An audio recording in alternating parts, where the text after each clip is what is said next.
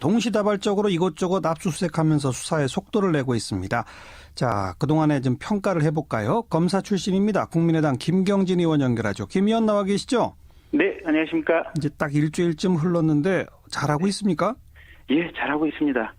우선 이제 이 국정조사를 보시면서 국민들의 분노가 이제 극에 달했는데요. 예. 어쨌든 특별검사 측에서 적극적으로 또 현실적인 어떤 수사권이라고 하는 권한을 가지고 예. 압수수색 또 문영표 씨 지금 이렇게 체포돼 있는 상태 긴급 체포. 아니겠습니까? 예. 예. 그래서 이런 부분들이 국민들에게 상당히 좀 이렇게 좀 기분 좋게 하고 네. 국민들의 뜻에 맞는 수사를 잘 펼치고 있다 이렇게 보여집니다. 예. 그 삼성의 합병 특혜 과정이 제일 지금 빨리 나가고 있는 거 아닌가요? 예, 그렇습니다. 그리고 그 부분이 저희 국정조사에서도 제일 이게 관심의 초점이 됐었던 부분인데요. 예. 국민연금이 적게는 한 800억, 많게 평가해보면 한 5천억 정도의 손실을 입었다고 지금 인정되는 부분이거든요. 예, 예. 그리고 그 삼성그룹이 대중에 안 알려져 있던 최순실 씨의 딸 정유라 씨가 말을 탄다는 사실을 어떻게 알았고 네. 또 그 사람을 위해서 독일에까지 가서 수십억짜리 말과 마장을 어떻게 사주었으며 그렇죠. 또 그 시점에 맞추어서 대한승마협회 지금 이 회장사가 된 거 아니겠습니까? 예, 예, 예. 그런 일련의 과정들. 그다음에 청와대에서는 또 대통령이 직접 이재용 회장을 만나가지고 이런저런 애로사항 청취가 있었고 네. 국민연금관리공단 안에서는 과거 SK 할 때는 외부 전문가들을 불러서 이게 합병에 찬성 반대할 것인지를 이 객관적으로 논의를 했는데 이번에는 외부 전문가들 부르지 않고 내부에 있는 사람들만 그것도 일부 인원을 바꿔서 지금 이렇게 의결을 했거든요. 그랬죠. 예. 그리고 내부에서도 또 초창기에는 합병 반대하는 게 옳다고 했다가 갑자기 지금 급 변침을 해서 방향을 바꿨던 네. 거거든요. 그래서 그 과정에 개입한 것으로 지금 추정되는 당시의 보건복지부 장관, 지금 국민연금 이사장 문영표 씨를 긴급 체포했잖아요. 예. 그 건이 긴급 체포한다는 건 구속영장 발부에 자신 있다는 거 아닌가요? 그렇다고 봐야죠. 그러니까 영장 청구하기에 어느 정도 충분하다. 한 8, 90% 정도는 영장 청구하기에 충분하게 이 객관적인 증거를 수집했다고 봐야 되고요. 예. 구속시키기 위한 마지막 방점을 찍기 위해서 활용 첨정을 하기 위해서 예. 결국은 체포를 했다 이렇게 봐야죠. 그러니까 삼성이 여기저기 돈 내고 돈 주고 한 것하고 삼성물산 그 합병하고는 무관하다 했는데 연결고리를 찾은 거네요. 그렇죠. 그러니까 모든 정황을 보면 이건 전 국민이 알고 있거든요. 삼성이 이 합병을 성사시키기 위해서 정권에 로비를 했고 정권의 지시로 국민연금이 그와 같은 의사결정을 했다는 것은 누가 봐도 큰 뒤에서 수으로 보면 명확하한데 나무와 나무 사이의 연결고리를 지금까지 못 찾아서 지금 그랬던 알겠습니다. 건데. 예.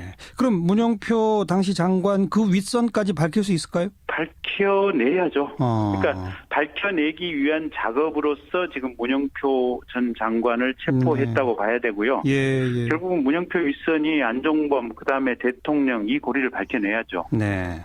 이게 이제 결국 대통령의 어떤 뇌물죄 내지는 제3자 뇌물죄와 관련된 상당히 속도 빠른 수사다 이렇게 평가할 수 있는 거고요. 예, 그렇습니다. 그 다음 또 속도를 내는 게 지금 문학의 블랙리스트입니다. 그렇죠? 이거는 지난번 검찰에서는 전혀 주목 안 했던 건데. 사실은 검찰이 워낙 수사할 시간을 짧게 가지다 보니까 그 많은 내용을 다 다툴 수가 없었던 것 같아요. 그런데 이제 국정조사 과정에서 김영한 비망록 얘기가 누차 나왔지 않습니까? 그렇죠. 그리고 그 김영한 비망록에 보면 좌파 문학의 인사 또 홍성담 화백 여러 군데서 이 결국 문학의 블랙리스트를 암시하는 내용들이 이게 적나라하게 기재가 돼 있거든요. 네. 그리고 저희한테도 제보가 와서 제가 청문회 과정에서도 질문을 하긴 했지만 그 문체부 내부에 5급 사무관의 이 컴퓨터가 지금 하드디스크가 중간에 포맷이 됐다는 거거든요. 네네. 그래서 그런 부분들이 이 특검에서 빨리 이렇게 밝혀내서 이 블랙리스트에 관련해서도 결국은 엄정한 처벌이 있어야 됩니다. 네, 이거는 김기춘 전 실장을 일단 겨냥하고 있는데 그 윗선까지 즉 대통령과의 관계까지도 또 나올 수 있을까요? 그거는 김기춘 실장을 구속을 하거나 어쨌든 김기춘 실장을 입건한 이후에 찾아내야죠. 근데 이게 이제 구체적인 블랙리스트를 대통령이 지시했을까 부분보다도 이제 네. 이 블랙리스트 부분은 조윤선 장관이 과연 얼마만큼 지금 연계가 돼 있는지, 예. 그 다음에 이 청와대 비서진들 사이에 또 얼마만큼 이렇게 연계가 돼 있는지 예, 이 부분을 밝히는 게 오히려 더 핵심인 것 같습니다. 예. 박영수 특검은 김기춘 실장 수사가 가장 어려운 상대가 될 것 같다 이런 얘기를 했다고 전해지는데, 네. 근데 이렇게 속도를 내는 걸 보면 좀 자신이 있나 봐요. 자신이 있고 또 속도를 내야만 자신 있게 김기춘에게 다가갈 수 있는 거 아니겠습니까? 네. 그리고 그 밖에 이 뭐 세월호 7시 과 관련된 비선 의료 문제, 어제 오늘 뭐 병원에 대한 압수수색도 막 하고, 예. 너무 좀 범위가 넓은 거 아닌가? 그 인원 가지고 과연 압수수색한 자료 분석이나 제대로 하고 있나? 이런 걱정도 들긴 하는데 어떻게 생각하세요? 근데 이제 이 점은 있어요. 검찰에서 한 4, 50일 정도 이렇게 수사를 했던 내용을 특검이 일단 넘겨받았지 않습니까? 그렇죠.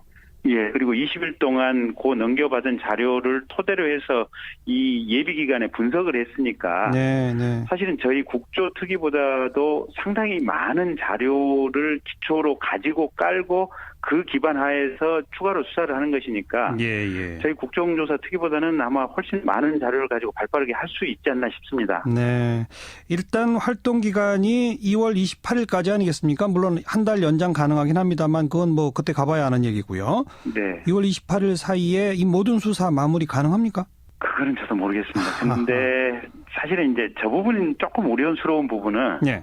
그 최순실 씨, 최태민 씨 일가의 재산 형성 과정까지 전부 들여다보겠다고 한 부분이 있지 않습니까? 예.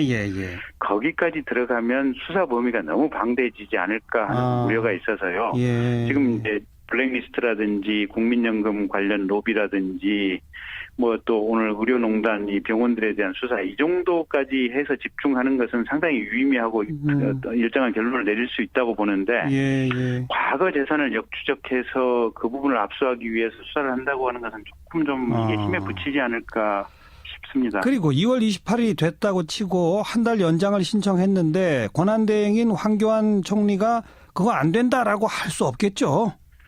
그렇죠. 이게 황교안 총리 본인도 실은 박근혜 이 국정농단의 부역자 아니겠습니까? 예. 네, 지금 헌법상 어떻게 할 수가 없으니까 황교안 총리를 저 자리에 놓고 있을 수밖에 없는 이런 상황인데 예. 본인이 조그만 양심이 있고 국정 혼란을 방지한다면 저거 만약에 불승이 난다면 국가적으로 큰 혼란 상황이 오게 될 겁니다. 그렇겠죠. 예, 그래서 승낙할 수밖에 없으리라고 봅니다. 네, 아무튼 뭐 일주일도 안 됐습니다만 잘하고 있다 이런 평가를 받고 있는 특검 더 좀 기대해 보도록